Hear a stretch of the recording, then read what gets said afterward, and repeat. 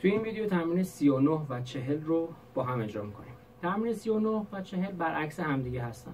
39 4 تا نوت دولاچنگ داریم سری و نوت چنگمون کشیده هست. تمرین 40 برعکس، اول نوت چنگ رو داریم بعد اون 4 تا نوت سری. هر دو تا تمرین فا دیز و دو دیز دارن.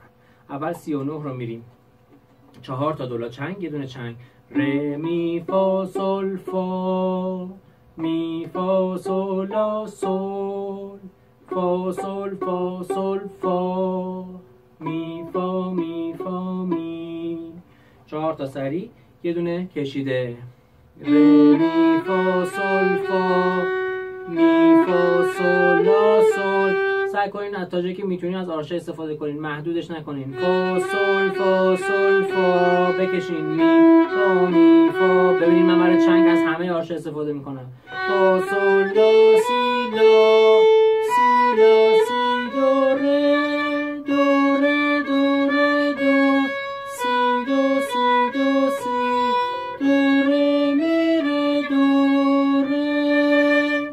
تمرین 40 برعکسش، اول نوت کشیدمون میشه ر، ر می فا سل فا، سل فا می ره می، می فا سل لا سل، لا سل فا سل. لای صفر میایم پایین، لا سی لا سی دو سی، دو سی دو ره دو، ره می ره دو ره.